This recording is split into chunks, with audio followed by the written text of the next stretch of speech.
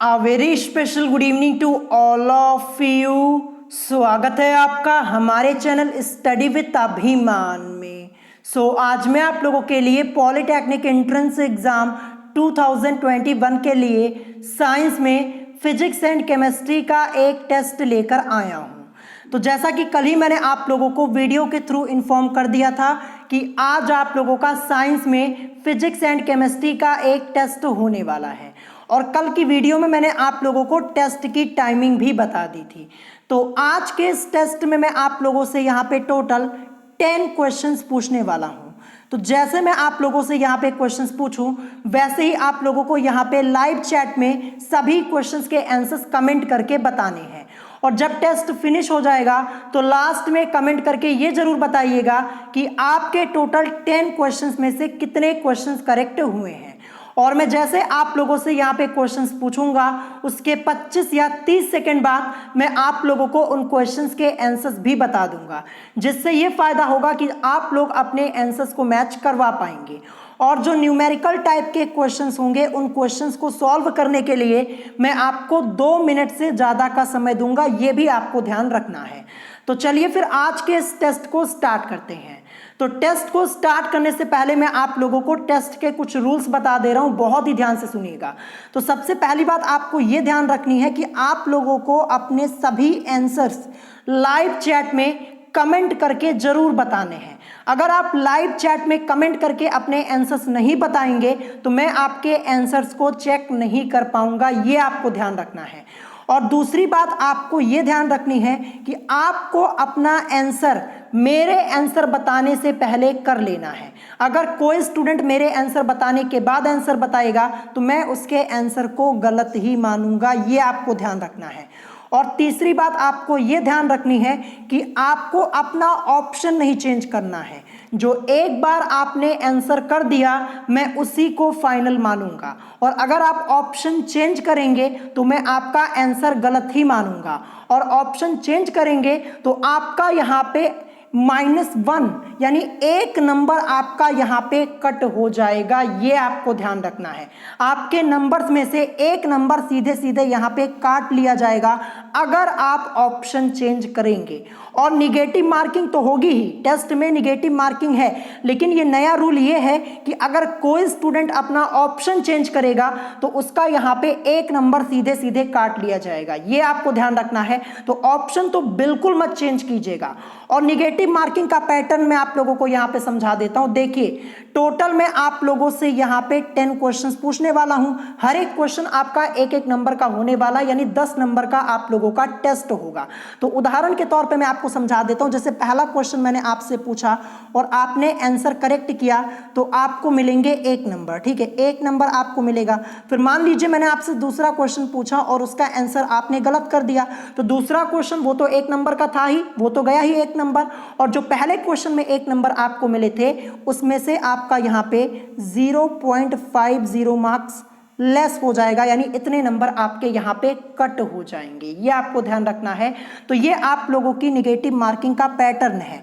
और जो student option change करेगा उसके लिए अलग यहाँ पे रूल है, 1 नंबर तो सीधे सीधे ही उसका कट हो जाएगा। ये ऑप्शन चेंज करने वालों के लिए ध्यान रखिएगा, तो ऑप्शंस तो बिल्कुल मत चेंज कीजिएगा। तो ये टेस्ट के कुछ रूल्स थे जो कि मैंने आपको यहाँ पे बता दिए हैं, इसी के अकॉर्डिंग आपको टेस्ट देना है। तो चलिए फिर आज के इस टेस्ट को स्टार्ट करते हैं, और मैं आपको यहाँ पे फर्स्ट क्वेश्चन दिखाता हूँ। और जैसे मैं आपको यहाँ पे क्वेश्चन दिखा रहा हूँ आपका समय शुरू हो जाता है। इस क्वेश्चन को सॉल्व करने के लिए मैं आपको 2 मिनट और 20 सेकंड का समय दे रहा हूं। इसी समय के अंदर आपको इस क्वेश्चन को सॉल्व करना है। क्वेश्चन यहां पे लिखा है कि एक ध्वनि तरंग 440 मीटर पर सेकंड की चाल से चलती है। यदि ध्वनि तरंग की तरंग दैर्घ्य 1.5 सेंटीमीटर हो तो तरंग की आवृत्ति होगी। 4 ऑप्शंस आप लोगों की स्क्रीन के ऊपर आप लोगों को यहाँ पे दिख रहे होंगे। और मैं आप लोगों को बता दूं, ये क्वेश्चन मैंने आपको ऑलरेडी सॉल्व कराया है, सेम यही क्वेश्चन कराया हुआ है, तभी आज मैं आप लोगों से यहाँ पे टेस्ट में पूछ रहा हूँ।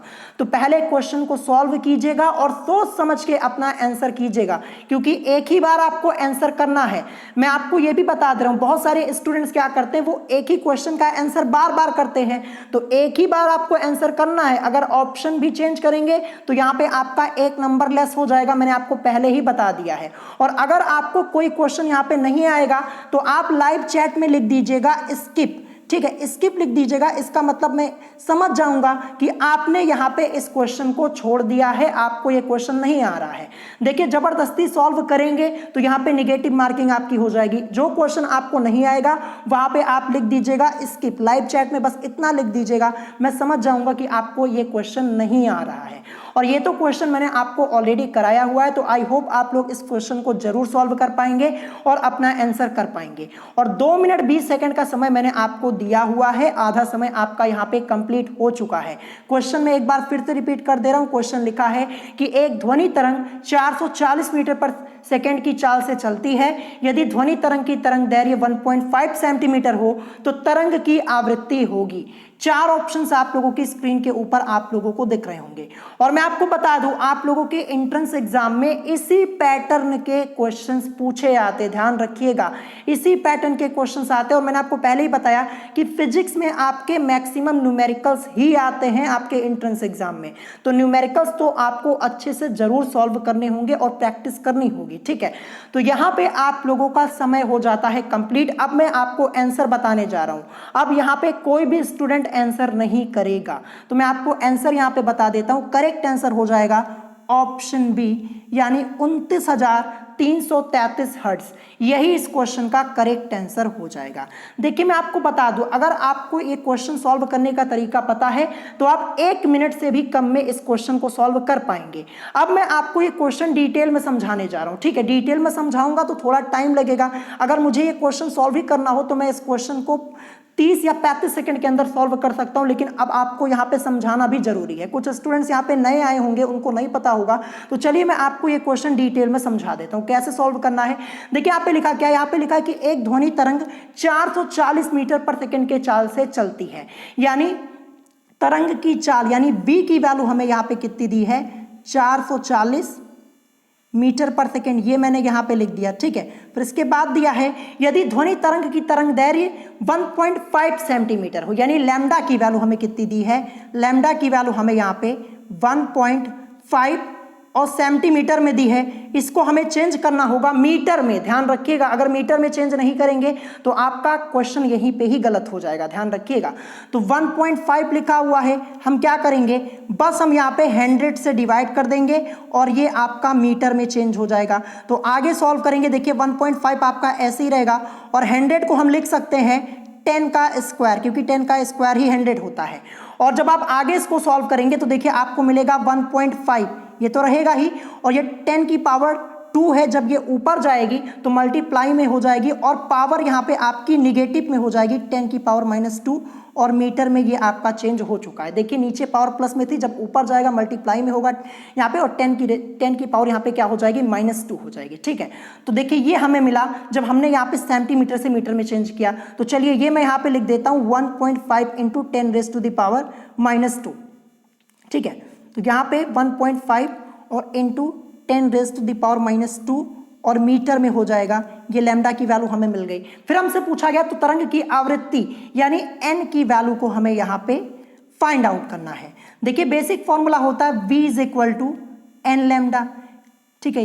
ये फॉर्मूला मैंने आपको कई बार बताया है, लेकिन हमें यहाँ पे n की वैल्यू निकालना है। तो n = आपका क्या हो जाएगा, v और अपॉन में लैम्डा, ये आपका हो जाएगा। अब देखिए v की वैल्यू आपको क्या दी गई है, 440 दी है ना, 440 मीटर पर सेकेंड, तो 440 लिखेंगे और अपॉन में लैम्डा की वैल्यू 1.5 ×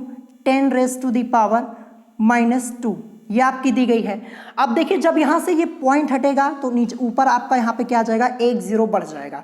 तो मैं यहाँ पे नीचे लिख दे रहा हूँ, वहां पे जगह है नहीं, तो आगे आपको क्या मिल जाएगा, आगे यहाँ पे मिलेगा 4 4 और 00 हो जाएगा, ठीक है। 1 0 यहाँ पे इसलिए आया क्योंकि हमने यहाँ से पॉइंट हटाया, और नीचे आपका जो 1.5 था अब 15 हो जाएगा क्योंकि पॉइंट हमने हटा दिया है।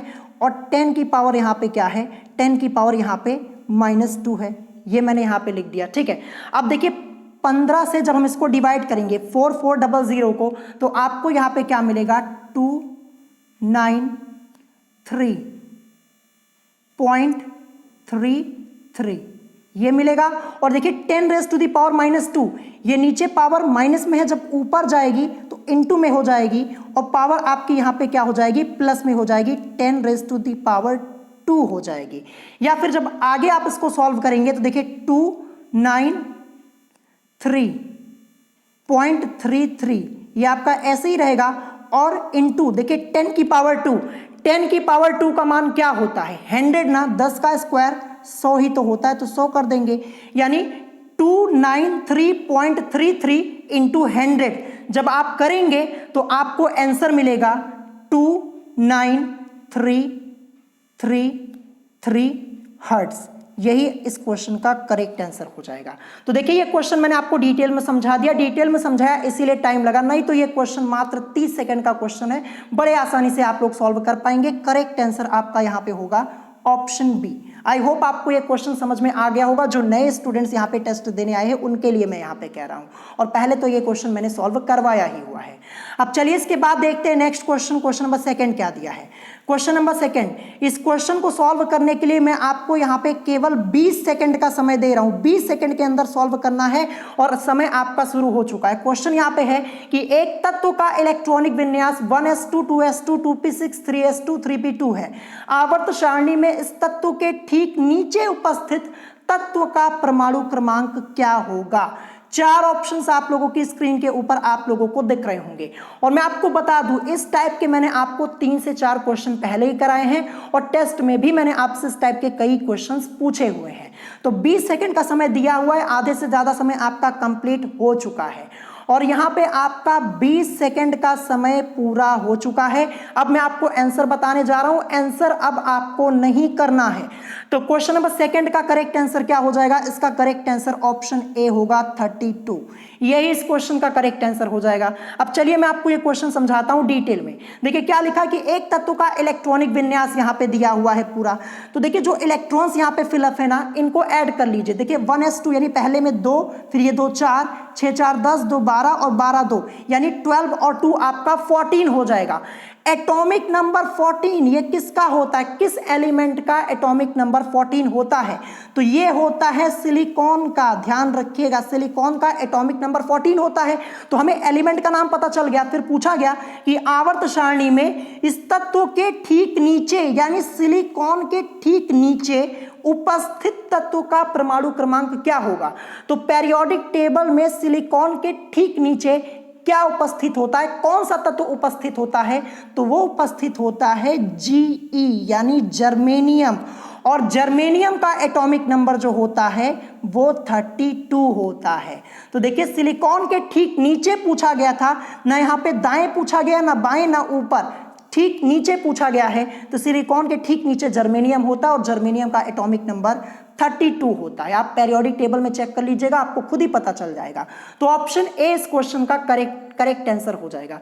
देखिए टोटली एक कॉन्सेप्ट बेस्ड क्वेश्चन, अगर आपको पेरियोडिक टेबल के बारे में अच्छे से पता है, इलेक्ट्रॉनिक कॉन्फ़िगरेशन करना आता है, तभी आप इस टाइप के क्वेश्चन को सॉल्व कर पाएंगे। और सभी टॉपिक मैंने आपको पहले ही पढ़ा दिए हैं, तभी मैं आपसे ये क्वेश्चन टेस्ट में पूछ रहा हूं। तो ऑप्शन ए इस क्वेश्चन का करेक्ट आंसर हो जाएगा। ठीक है, अब चलिए इसके बाद देखते हैं नेक्स्ट क्वेश्चन, क्वेश्चन नंबर 3 क्या दिया है। क्वेश्चन नंबर 3 आपको अपनी स्क्रीन के ऊपर दिख रहा होगा। ये भी आपका एक न्यूमेरिकल टाइप का क्वेश्चन है और इस क्वेश्चन को सॉल्व करने के लिए मैं आपको 2 मिनट का समय दे रहा हूं और इस टाइप का मैंने आपको 1 से 2 क्वेश्चन पहले ही कराया हुआ है। क्वेश्चन यहाँ पे है कि एक ध्वनि स्रोत 500 हर्ट्ज आवृत्ति तथा 0.20 मीटर तरंग दैर्घ्य की ध्वनि उत्पन्न करता है। इस ध्वनि को 300 मीटर दूरी तय करने में कितना समय लगेगा। अभी मैंने आपसे इसी टाइप का एक क्वेश्चन लास्ट टेस्ट में पूछा हुआ था। 4 ऑप्शंस आप लोगों की स्क्रीन के ऊपर आप लोगों को दिख रहे होंगे। 2 मिनट का समय मैंने आपको दिया हुआ है। जैसे मैंने आपको क्वेश्चन दिखाया उसी समय आपका टाइम स्टार्ट हो गया था। तो सोच समझ के पहले क्वेश्चन को सॉल्व कीजिए और अपना आंसर बताइए।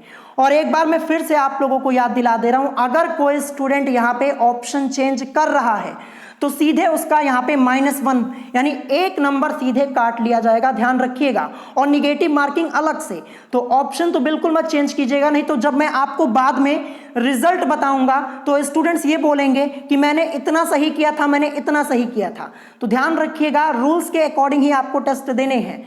जो स्टूडेंट रूल्स के अकॉर्डिंग टेस्ट देगा उसका स्कोर अच्छा रहेगा, रिजल्ट में उसी का नाम होगा, ध्यान रखिएगा। तो यहाँ पे क्वेश्चन एक बार मैं फिर से रिपीट कर दे रहा हूं, 2 मिनट का समय दिया हुआ है, आधे से ज्यादा समय आपका कंप्लीट हो चुका है। क्वेश्चन है कि एक ध्वनि स्रोत 500 हर्ट्ज आवृत्ति तथा 0.20 मीटर तरंग दैर्घ्य की ध्वनि उत्पन्न करता है। इस ध्वनि को 300 मीटर दूरी तय करने में कितना समय लगेगा, ये आपको बताना है। 4 ऑप्शंस आपको अपनी स्क्रीन के ऊपर दिख रहे होंगे। तो यहाँ पे 2 मिनट का समय आपका कंप्लीट होने वाला है और आपका समय कंप्लीट हो चुका है। तो अब मैं आपको यहाँ पे आंसर बताने जा रहा हूं, अब आप आंसर मत कीजिएगा, ठीक है। तो क्वेश्चन नंबर 3, इसका करेक्ट आंसर क्या हो जाएगा? क्वेश्चन नंबर 3 का करेक्ट आंसर यहाँ पे ऑप्शन बी हो जाएगा, यानी 3 सेकेंड। अब कैसे आएगा, चलिए ये मैं आपको समझा देता हूं। तो सबसे पहले यहाँ पे क्या लिखा, यहाँ पे लिखा है कि एक ध्वनि स्रोत 500 हर्ट्ज आवृत्ति, यानी आवृत्ति n की वैल्यू हमें कितनी दी गई है, n की वैल्यू हमें यहाँ पे 500 हर्ट्ज ये दी गई है, ये मैंने यहाँ पे साइड में लिख दिया। फिर इसके बाद तथा 0.20 मीटर तरंग दैर्घ्य की ध्वनि उत्पन्न करता है, यानी लैम्डा की वैल्यू आपकी क्या दी गई है, 0.20, और यहाँ पे ऑलरेडी ये मीटर में दी गई है। तो यहाँ पे क्वेश्चन और भी आसान हो जाता है। अगर सेंटीमीटर में होता तो हमें मीटर में चेंज करना होता, तो यहाँ पे पहले से ही मीटर में है, तो क्वेश्चन तो यहाँ पे और इजी हो गया। फिर इसके बाद देखिए हम क्या करेंगे, सबसे पहले हम यहाँ पे वेग यानी चाल को निकालेंगे, ठीक है, यानी ध्वनि की तरंग चाल को हम यहाँ पे पहले निकाल लेंगे। तो मैं यहाँ पे मान लेता हूं ध्वनि की तरंग चाल जो है वो v है, तो सूत्र हम यहाँ पे यूज क्या करेंगे, v is equal to n lambda, इसी का यूज करेंगे, इसी फॉर्मूले का यूज करेंगे। तो देखिए v की वैल्यू को, यानी हम यहाँ पे चाल को निकाल रहे हैं, तो v is equal to n की वैल्यू 500 है, ठीक है, 500 ये मैंने यहाँ पे लिख दिया, और लैम्डा की वैल्यू 0.20 ये आपकी दी गई है। अब 500 की मल्टीप्लाई 0.20 में आप करवाएंगे तो आपको यहाँ पे क्या मिलेगा, आपको यहाँ पे मिलेगा 100, और मीटर पर सेकेंड में आएगा क्योंकि हम यहाँ पे चाल को निकाल रहे हैं, ठीक है, ध्यान रखिएगा। तो v इज इक्वल टू, देखिए हमने मल्टीप्लाई करवाई, यहाँ पे दशमलव में था, जब सॉल्व करेंगे पूरा मल्टीप्लाई करके तो हमें 100 मीटर पर सेकेंड, ये v की वैल्यू अभी हमें मिली है, ध्यान रखिएगा, v की वैल्यू हमें यहाँ पे मिल चुकी है। मैं साइड में लिख देता हूँ 100 मीटर पर सेकेंड, ये मैंने यहाँ पे साइड में लिख दिया। अब इसके बाद आगे क्वेश्चन में लिखा है कि इस ध्वनि को 300 मीटर दूरी तय करने में, यानी डिस्टेंस d की वैल्यू कितनी दी गई है, 300 मीटर ये दी गई है, कितना समय लगेगा, t की वैल्यू हमें यहाँ पे निकालनी है, t की वैल्यू निकालनी है। तो t इज इक्वल टू आपका क्या हो जाएगा, t is equal to d upon में v हो जाएगा, इसीलिए v की वैल्यू को हमने निकाला था, ध्यान रखिएगा। तो डिस्टेंस कितनी है, 300 ये मैंने यहाँ पे लिख दिया, और v की वैल्यू जो हमारी है 100 मीटर पर सेकेंड में आई हुई है, ठीक है। देखिए अब यहाँ से ये 0 से ये 0 कैंसिल हो जाएगा, ये 10 1 जा 10 और ये 10 3 जा 30 हो जाएगा, क्योंकि समय पूछा हुआ तो 3 सेकेंड में आएगा, ध्यान रखिएगा। देखिए क्योंकि देखिए d जो डिस्टेंस थी वो हमारी मीटर में थी, और जो हमने यहाँ पे चाल निकाली थी मीटर पर सेकेंड में, यही तो था, तो ये मीटर से मीटर कैंसिल हो जाएगा, सेकंड में ही तो आएगा। तो 3 सेकंड यही इस क्वेश्चन का करेक्ट आंसर होगा। कहाँ पे दिया है, ये दिया है ऑप्शन बी में। तो ऐसे आपको इस क्वेश्चन को सॉल्व करना था। क्वेश्चन बहुत ही सिंपल था, ध्यान रखिएगा, बस 1 से 2 बार प्रैक्टिस करेंगे बड़े आसानी से सॉल्व कर पाएंगे, और इस टाइप के मैंने आपको 2 से 3 क्वेश्चन पहले ही कराए हैं। तो ऑप्शन बी यानी 3 सेकंड इस क्वेश्चन का करेक्ट आंसर हो जाएगा, ठीक है। अब चलिए इसके बाद देखते हैं नेक्स्ट क्वेश्चन, क्वेश्चन नंबर 4 क्या दिया है। तो क्वेश्चन नंबर 4 आपको अपनी स्क्रीन के ऊपर दिख रहा होगा। क्वेश्चन यहाँ पे है कि निम्न में से कौन सा गलत मिलान है। देखिए ऑप्शन ए आपका यहाँ पे लिखा हुआ चिली सॉल्ट पीटर, इसका फॉर्मूला यहाँ पे लिखा है NaNO3। ऑप्शन बी लिखा है विलेमाइट, विलेमाइट का फॉर्मूला लिखा है Zn2SiO4। ऑप्शन सी लिखा है जिप्सम, जिप्सम का फॉर्मूला लिखा है CSO4.4H2O। और ऑप्शन डी आपका एक और यहाँ पे दिया है कि सभी मिलान सही है। तो सोच समझ के अपना आंसर कीजिएगा। 20 सेकंड का समय मैंने आपको यहाँ पे दिया है, 20 सेकंड का समय आपका शुरू हो चुका है, ध्यान रखिएगा। देखिए ये सब टॉपिक मैंने आपको ऑलरेडी कराया हुआ है, फॉर्मूले भी बताए हैं, तभी क्वेश्चन मैं आपसे पूछ रहा हूं। आप यहाँ पे ये नहीं कह सकते कि ये मैंने आपको नहीं कराया, ये मैंने आपको कराया हुआ है। अगर आपने रिवीजन किया होगा ना तो आपका यहाँ पे आंसर करेक्ट जरूर होगा, ध्यान रखिएगा। तो देखिए 20 सेकंड का समय मैंने आपको दिया जो कि आपका हो चुका है कंप्लीट। तो अब मैं आपको यहाँ पे क्वेश्चन नंबर 4 का करेक्ट आंसर बता देता हूं। तो क्वेश्चन नंबर 4 का यहाँ पे करेक्ट आंसर जिप्सम होगा। जिप्सम का फॉर्मूला यहाँ पे ये गलत लिखा हुआ है, यही मिलान आपका गलत होगा, ध्यान रखिएगा। क्योंकि जिप्सम का जो फॉर्मूला होता है CaSO4 डॉट 2H2O होता है, ध्यान रखिएगा क्या होता है, 2H2O होता है, लेकिन यहाँ पे 4H2O लिखा है। 4 लिखा है, इसका मतलब क्या हो जाएगा, ये गलत, यानी यही मिलान आपका गलत हो जाएगा। तो ऑप्शन सी इस क्वेश्चन का करेक्ट आंसर हो जाएगा, क्योंकि जो जिप्सम का फॉर्मूला होता है CaSO4.2H2O होता है, ध्यान रखिएगा। और उसके अलावा यहाँ पे चिली सॉल्ट पीटर NaNO3 बिल्कुल सही है, विलेमाइट Zn2SiO4 ये भी सही है, और सभी मिलान यहाँ पे सही हो ही नहीं सकता, क्योंकि ऑप्शन सी आपका यहाँ पे ये वाला मिलान गलत हो चुका है ऑलरेडी। तो यहाँ पे ऑप्शन सी इस क्वेश्चन का करेक्ट आंसर हो जाएगा। देखिए ये गलत मिलान वाला क्वेश्चन आपसे पूछा जाएगा, ध्यान रखिएगा। 2020 का 2020 का पेपर चेक कीजिएगा, आपको एक क्वेश्चन ऐसा मिलेगा जो कि एंट्रेंस एग्जाम में आया हुआ है। इसीलिए टेस्ट में मैं आपसे इस टाइप के क्वेश्चंस पूछता हूं। ये सब क्वेश्चंस मैंने आपको ऑलरेडी कराए हुए हैं। और अगर आपको क्वेश्चन नहीं आ रहा है कोई क्वेश्चन, तो आप स्किप लिख दीजिएगा, मैं समझ जाऊंगा आपने क्वेश्चन को छोड़ दिया है।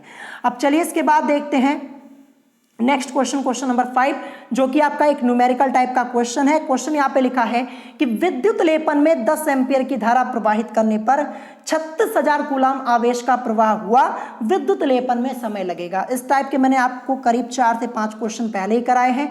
4 ऑप्शंस आपको अपनी स्क्रीन के ऊपर दिख रहे होंगे। इस क्वेश्चन को सॉल्व करने के लिए मैं आपको 1 मिनट और 50 सेकंड का समय दे रहा हूं। इसी समय के अंदर आपको इस क्वेश्चन को सॉल्व करना है, ध्यान रखिएगा, ठीक है। देखिए विद्युत का चैप्टर मैंने आपको पढ़ाया हुआ है, और उसी चैप्टर से मैं आपसे ये क्वेश्चन मैंने ये पूछा हुआ है। देखिए चैप्टर पढ़ाया है, क्वेश्चन कराया है, तभी मैं आपसे पूछ रहा हूं, ध्यान रखिएगा। कुछ स्टूडेंट्स क्या करते हैं, वो प्लेलिस्ट चेक नहीं करते। आप 2021 की प्लेलिस्ट चेक कर लीजिएगा चैनल पे जाकर, तभी सब्जेक्ट की आपको वहां पे वीडियोस मिल जाएंगी। मैंने आधे से ज्यादा सिलेबस आपका पहले ही कंप्लीट करवा दिया है, बस आपको अपना रिविजन करना है, और बचे हुए चैप्टर्स में आपके जल्द से जल्द कंप्लीट करवा दूंगा, ठीक है। तो क्वेश्चन आपने यहाँ पे देख लिया है, 1 मिनट और 50 सेकंड का समय दिया हुआ है, और इसी टाइप के क्वेश्चंस आपके एंट्रेंस एग्जाम में आते हैं। देखिए आप सोच समझ के आंसर कीजिएगा, ऑप्शन मत चेंज कीजिएगा, नहीं तो 1 नंबर तो आपका सीधे कट हो जाएगा। जब मैं रिजल्ट बताता हूं ना, तो वहां पे बहुत सारे स्टूडेंट्स आ जाते हैं, वो कहते हैं मेरा नाम आपने नहीं लिया, मेरा नाम आपने नहीं लिया। देखिए कुछ स्टूडेंट्स क्या करते हैं, वो अपनी रियल आईडी से टेस्ट नहीं देते हैं, अजीब अजीब नाम लिख के आते हैं, नाम उनका अजीब होता है, इसीलिए मैं उनका नाम भी यहाँ पे नहीं ले पाता हूँ। तो मैंने आपको पहले ही कहा था, जब टेस्ट देने आइएगा ना, तो अपना नाम जरूर लिखिएगा, सही नाम, जो आईडी में आपका रियल नेम हो उसी को लिखिएगा। कुछ स्टूडेंट्स क्या करते हैं, पता नहीं क्या क्या नाम लिखे रहते हैं, फिर वहां पे समझ में नहीं आता है, तो ये भी आपको ध्यान रखना है, ठीक है। और देखिए रूल्स के अकॉर्डिंग आपको टेस्ट देना है। जब मैं रिजल्ट बताता हूं तो स्टूडेंट्स कहते हैं कि आपने मेरा नाम नहीं लिया, आपने मेरा नाम नहीं लिया। रूल्स के अकॉर्डिंग टेस्ट देंगे तो आपका नाम जरूर होगा। तो देखिए यहाँ पे टाइम फिनिश हो चुका है।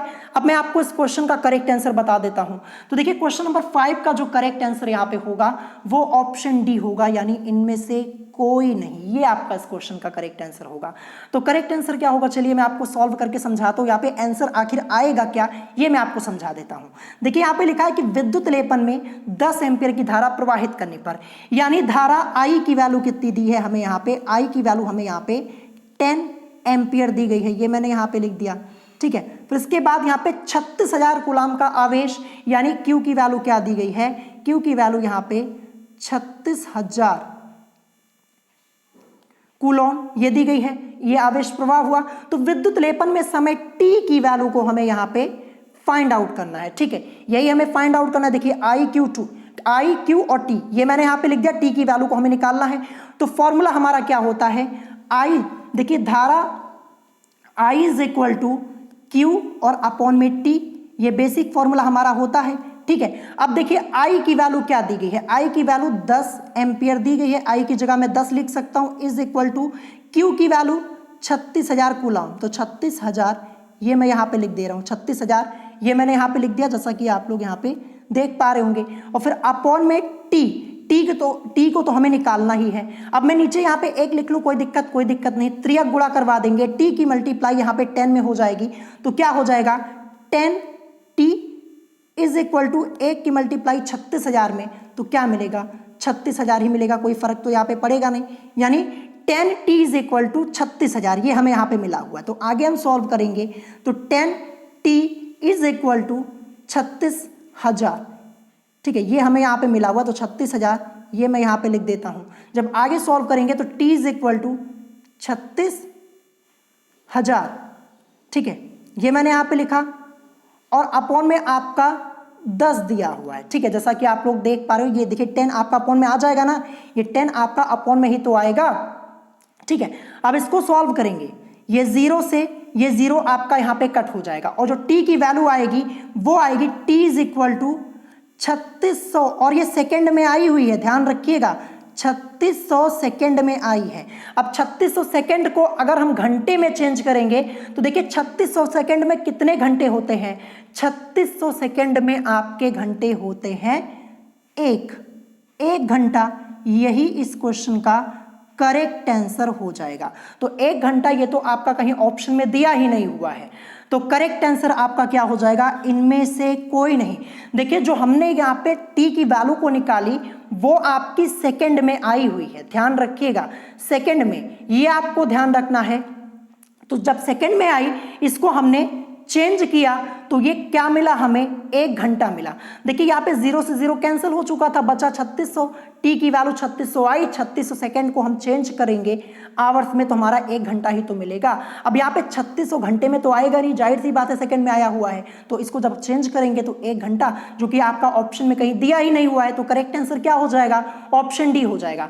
देखिए इसी लेवल के क्वेश्चन आते हैं, छोटे छोटे क्वेश्चन होते हैं, छोटे छोटे चेंजेस कर दिए जाते हैं और आप लोग कंफ्यूज हो जाते हैं। तो इस टाइप के क्वेश्चन की प्रैक्टिस आपको कर लेनी है, ऐसे ही क्वेश्चंस आपके एग्जाम में आते हैं।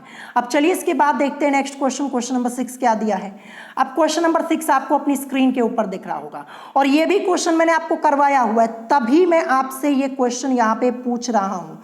और इस क्वेश्चन को सॉल्व करने के लिए मैं आपको यहाँ पे 2 मिनट का समय देता हूँ। देखिए 4 ऑप्शंस पहले आप यहाँ पे देख लीजिए, ABCD। अब मैं आपको क्वेश्चन पढ़ के बता देता हूं। क्वेश्चन यहाँ पे है कि एक ट्रांसफार्मर की प्राथमिक कुंडली में 200 फेरे हैं तथा इसकी द्वितीयक कुंडली में 50 फेरे हैं। यदि द्वितीयक कुंडली में धारा 20 एम्पियर है तो प्राथमिक कुंडली में धारा है, ये आपसे यहाँ पे पूछा गया है।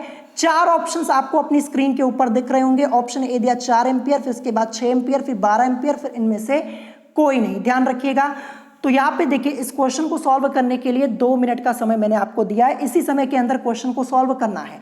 और ये क्वेश्चन आपके एंट्रेंस एग्जाम के पॉइंट ऑफ व्यू से मोस्ट इंपॉर्टेंट है, और एक बार आपके एंट्रेंस एग्जाम में ऑलरेडी ये क्वेश्चन पूछा जा चुका है और एक क्वेश्चन मैंने आपको सॉल्व कराया है। अगर आपने प्रैक्टिस की होगी तो इस क्वेश्चन का आंसर करेक्ट जरूर करेंगे। कुछ दिन पहले ही अभी सॉल्व कराया था, जब मैं आपको प्रीवियस ईयर के क्वेश्चन सॉल्व करवा रहा था, वहां पे मैंने आपको ये क्वेश्चन सॉल्व कराया था और इसीलिए आपसे ये क्वेश्चन पूछ रहा हूं। ये मत कहिएगा कि ये क्वेश्चन तो आपने करवाया ही नहीं था, प्रीवियस ईयर के क्वेश्चन सॉल्व करवा रहा था, वहां पे मैंने आपको सॉल्व कराया है, आप चैनल पे जाकर चेक कर सकते हैं। ठीक है, क्वेश्चन यहाँ पे है कि एक ट्रांसफार्मर की प्राथमिक कुंडली में 200 फेरे हैं तथा इसकी द्वितीयक कुंडली में 50 फेरे हैं। यदि द्वितीयक कुंडली में धारा 20 एम्पियर है तो प्राथमिक कुंडली में धारा है।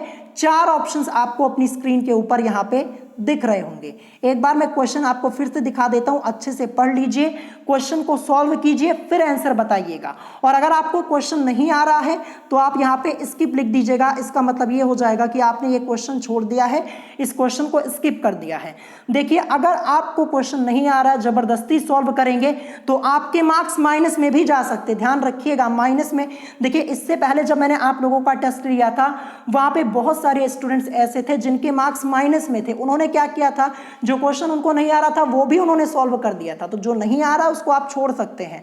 देखिए प्रैक्टिस बनाइए, अगर एंट्रेंस एग्जाम में ऐसे करेंगे, सभी क्वेश्चन करने के लिए जाएंगे ना, तो वहां पे आपके देखिए मार्क्स जो होंगे वो माइनस में चले जाएंगे, क्योंकि निगेटिव मार्किंग अच्छी खासी होती है। तो जो क्वेश्चन आपको आता है वही आपको करना है। तो देखिए टाइम आपका कंप्लीट हो चुका है। अब मैं आपको क्वेश्चन नंबर 6 का करेक्ट आंसर पहले बता देता हूं।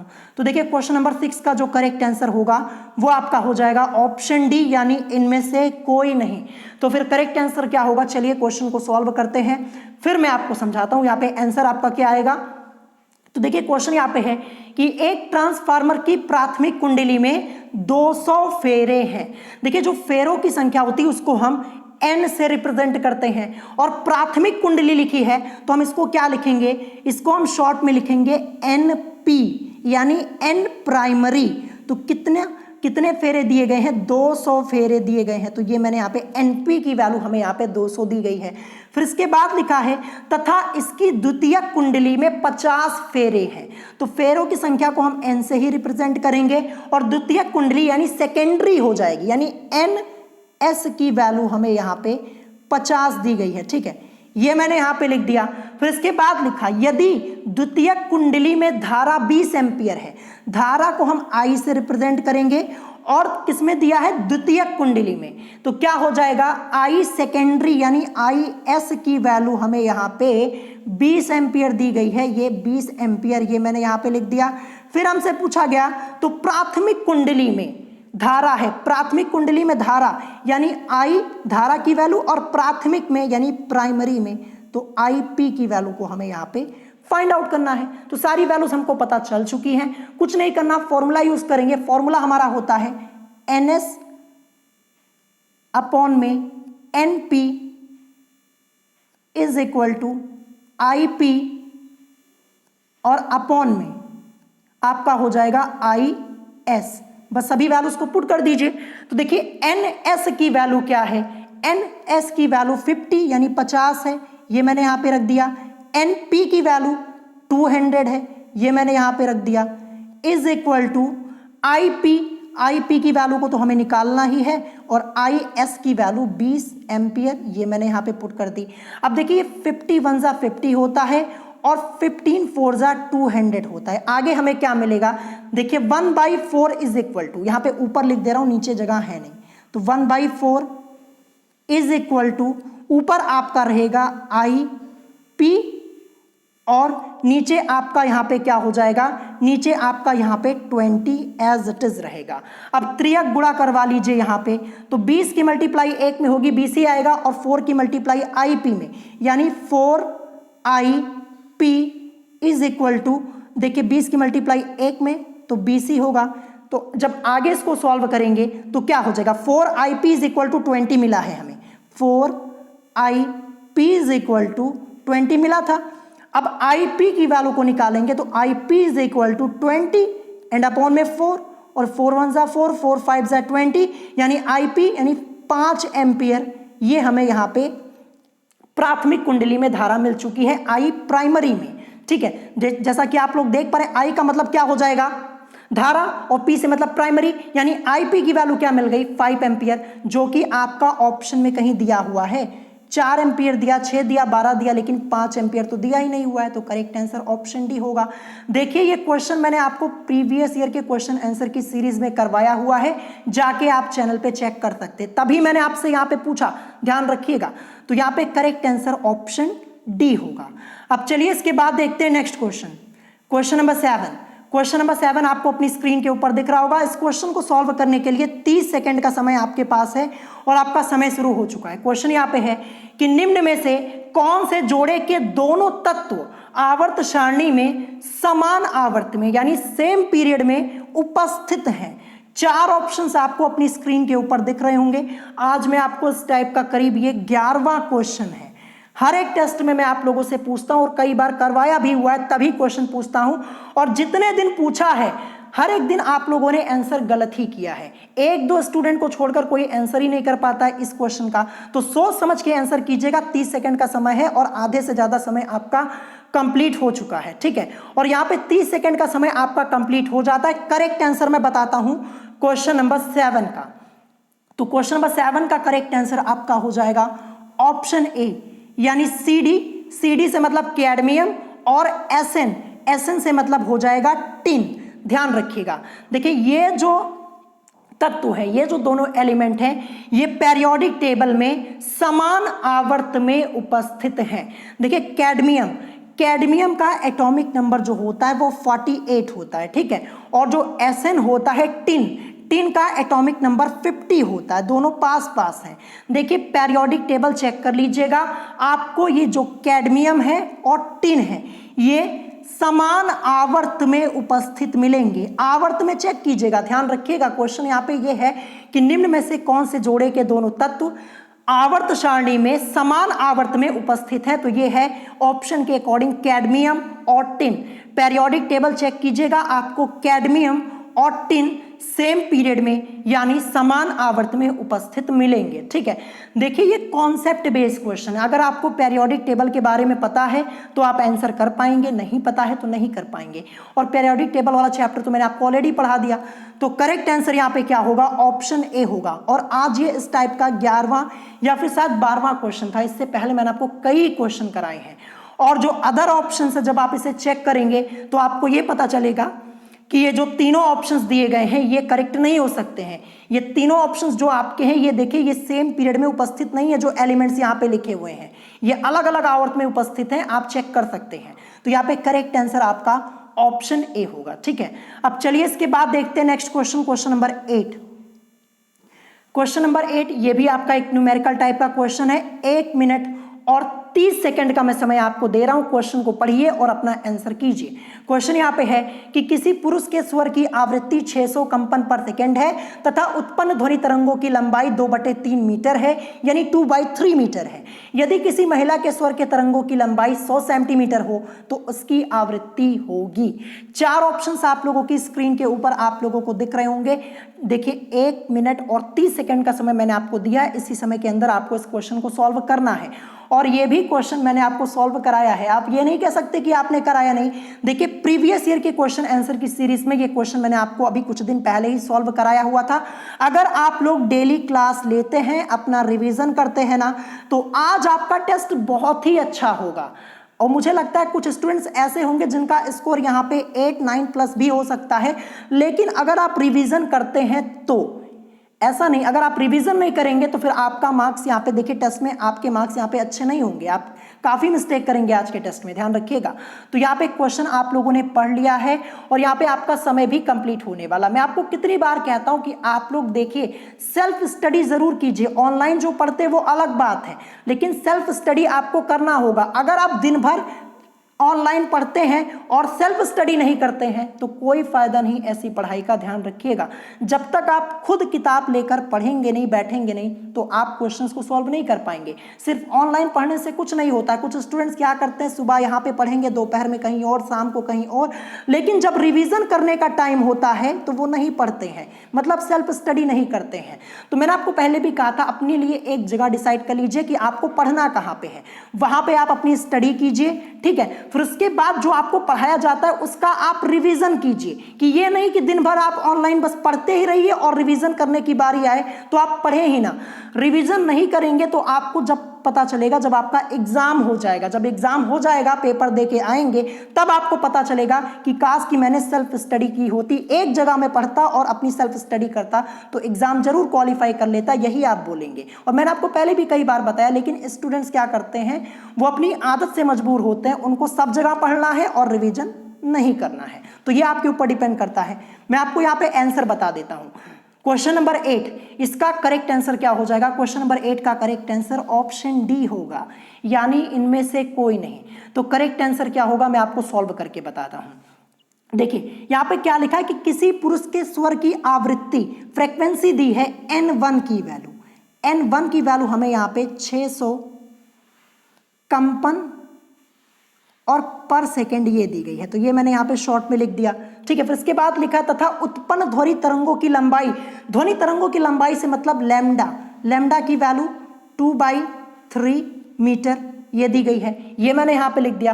फिर इसके बाद यदि किसी महिला के स्वर के तरंगों की लंबाई, तरंगों की लंबाई से मतलब यहाँ पे क्या हो जाएगा, देखिए ये λ1 की वैल्यू हो जाएगी, क्योंकि यहाँ पे महिला के स्वर के तरंगों की लंबाई भी दी गई है, तो λ1 की वैल्यू यहाँ पे क्या है 2/3 मीटर, ये आपका हो जाएगा। फिर इसके बाद देखिए λ2 की वैल्यू जो हमें दी गई है वो हमें दी गई है 100 सेंटीमीटर में दी गई है। इसको हम मीटर में चेंज करेंगे तो 1 मीटर बराबर 100 सेंटीमीटर होता है, यानी 100 सेंटीमीटर की जगह मैं क्या लिख सकता हूं, मैं यहाँ पे लिख सकता हूं λ2 की वैल्यू को 1 मीटर, ये आप समझ गए होंगे।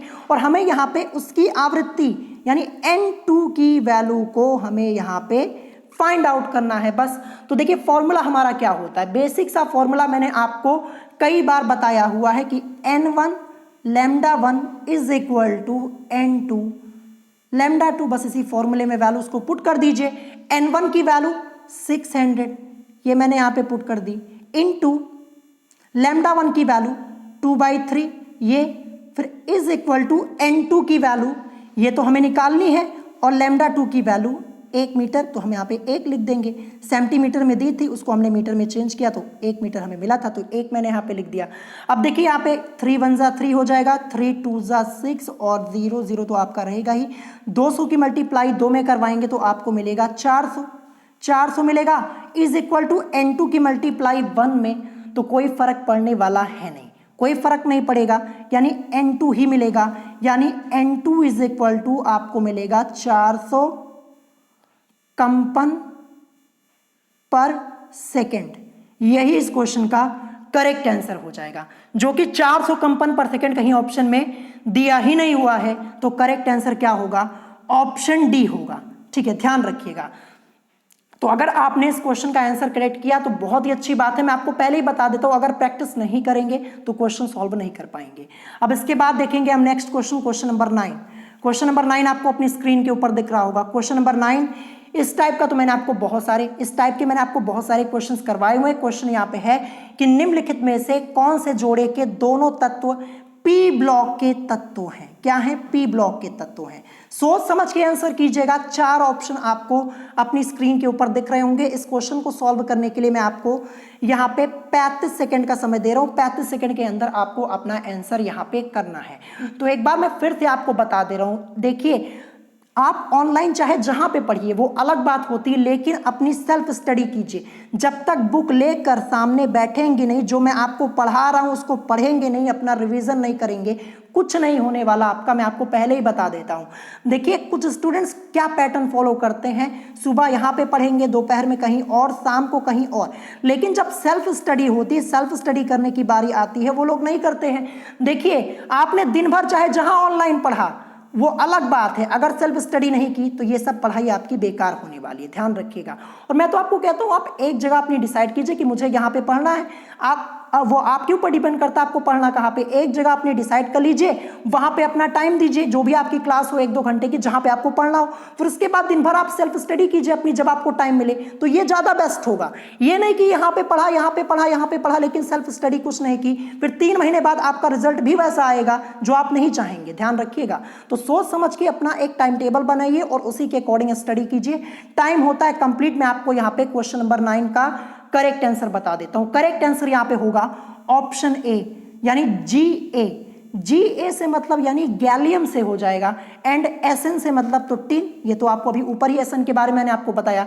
तो देखिए क्वेश्चन पूछा गया था कि निम्नलिखित में से कौन से जोड़े के दोनों तत्व पी ब्लॉक के तत्व हैं। तो देखिए जो गैलियम है, गैलियम का एटॉमिक नंबर 31 होता है, और जो टिन है, टिन का एटॉमिक नंबर 50 होता है।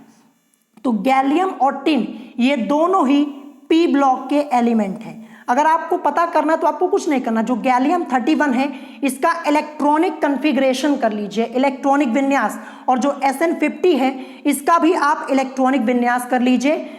जब आप इलेक्ट्रॉनिक विन्यास करेंगे तो आपको यह पता चलेगा, जो देखिए जो गैलियम का जो लास्ट इलेक्ट्रॉन है वो किस सबशेल में जाएगा, वो जाएगा पी सबशेल में। इसी तरीके से जो टिन का लास्ट इलेक्ट्रॉन है वो भी पी सबशेल में जाएगा, इसीलिए ये पी ब्लॉक के एलिमेंट्स हो जाएंगे।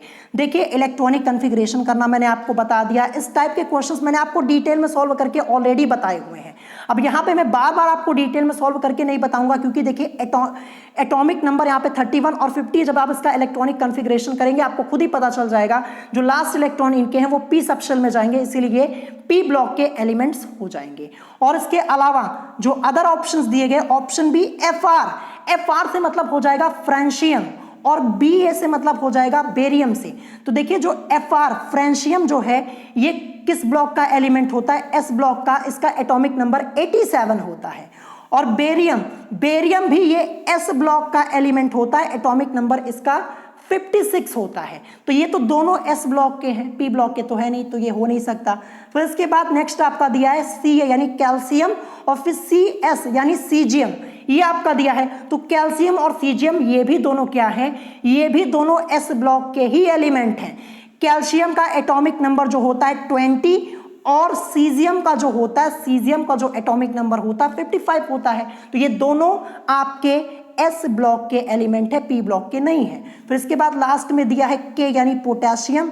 पोटेशियम का एटॉमिक नंबर 19 यानी 19 होता है और बेरियम अभी ऊपर ही मैंने आपको बताया 56 होता है। तो ये भी दोनों एस ब्लॉक के ही हैं। तो बचा केवल ये यानी Ga और Sn, ये दोनों पी ब्लॉक के एलिमेंट हैं। ये सब कॉन्सेप्ट बेस्ड क्वेश्चन है, बुक में आपको देखने को बिल्कुल नहीं मिलेंगे लेकिन एग्जाम में देखने को जरूर मिलेंगे। ऑप्शन ए इस क्वेश्चन का करेक्ट आंसर होगा। अब देखते हैं आज के टेस्ट का last question, question number 10। Question number 10 यहाँ पे है कि नीले थोथे को 100 डिग्री सेल्सियस ताप तक गर्म करने पर प्राप्त होता है। अभी ये क्वेश्चन मैंने आपको कुछ दिन पहले ही करवाया हुआ था। 4 ऑप्शंस आपको अपनी स्क्रीन के ऊपर दिख रहे होंगे, सोच समझ के अपना आंसर कीजिएगा, ठीक है। और मैं आपको बता दूं, मैं आपके टेस्ट का रिजल्ट जल्द से जल्द दूंगा और जिन स्टूडेंट्स ने यहाँ पे रूल्स के अकॉर्डिंग टेस्ट दिया है उन्हीं का नाम होगा, ध्यान रखिएगा। और निगेटिव मार्किंग यहाँ पे थी, मैंने आपको बता दिया है। तो देखिए जब मैं आपका रिजल्ट बताता हूँ तो वहाँ पे स्टूडेंट्स आके कहते मेरा 3 सही था, मेरा 4 सही था। देखिए 3 और 4 क्वेश्चन सही करने से कुछ नहीं होने वाला है। अगर 3-4 क्वेश्चन आपने सही किए होंगे यहाँ पे तो आधे से ज़्यादा मार्क तो आपके निगेटिव में चले जाएंगे। और अगर आपने सभी क्वेश्चन अटेम्प्ट किया होगा तो, और अगर आपने छोड़ दिया होगा तो ठीक है, तो मैं यहाँ पे चेक करूंगा, मुझे पता चल ही जाएगा कि किसने कितना सही किया हुआ है। देखिए जैसे ही आपका टेस्ट कंप्लीट होगा तो क्या कीजिएगा, वीडियो के कमेंट बॉक्स में जाकर अपना स्कोर आपको बताना। यहाँ पे लाइव चैट में नहीं, आपको वीडियो के कमेंट बॉक्स में अपना स्कोर बताना है, ठीक है, ये आपको ध्यान रखना है। और मुझे लगता है कि आप लोगों ने आसानी से टेस्ट को कर लिया होगा, और अगर नहीं कर पाए होंगे तो इसका मतलब यही है कि आप लोगों ने अपना रिवीजन नहीं किया। क्योंकि देखिए सभी क्वेश्चंस मैंने आपको पहले सॉल्व कराए हैं, डिटेल में पूरा समझाता हूं और इसके अलावा मैं आपके लिए कुछ नहीं कर सकता हूं। अब मैं आपकी जगह आके पढ़ थोड़ी ना सकता हूं, आपको अपनी स्टडी खुद ही करनी होगी। ये तो है नहीं कि मैं आपकी जगह आके पढ़ लूंगा, आपको ही पढ़ना होगा। अगर इतना पढ़ाने के बाद भी कोई स्टूडेंट अच्छा स्कोर नहीं कर पाएगा तो उसमें आप लोगों की गलती होगी, ध्यान रखिएगा। तो यहाँ पे टाइम आपका कंप्लीट हो जाता है। इस क्वेश्चन का मैं आपको करेक्ट आंसर बता देता हूं। तो क्वेश्चन नंबर 10 इसका करेक्ट आंसर क्या होगा, इसका करेक्ट आंसर आपका ऑप्शन डी हो जाएगा, यानी इनमें से कोई नहीं।